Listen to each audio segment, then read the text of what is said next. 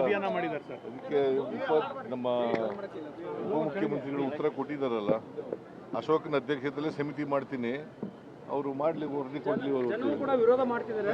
ಜನ ಯಾರು ವಿರೋಧ ಮಾಡಲ್ಲ, ಇವರು ರಾಜಕೀಯ ಮಾಡ್ತಾ ಇದ್ದಾರೆ. ಜನ ಯಾರು ವಿರೋಧ ಮಾಡಲ್ಲ. ಈಗ ಟ್ರಾಫಿಕ್ ಈಸ್ ಔಟ್ ಮಾಡ್ತೀವಿ ಅಂತಂದ್ರೆ ಯಾರು ವಿರೋಧ ಮಾಡಕ್ ಬರ್ತಾರ?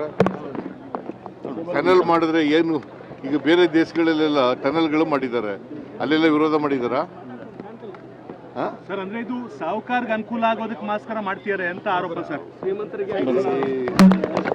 ಕಾರ್ಗಳಿರೋರು, ಬಸ್ಗಳಿರೋರು, ಮೋಟರ್ ಬೈಕ್ ಇರೋರು, ಕಾಲ್ನಡಿಗೆಲ್ಲಿ ಹೋಗೋರು ಎಲ್ರಿಗೂ ಅನುಕೂಲ ಆಗ್ಲಿ ಅಂತಲೇ ಮಾಡೋದು.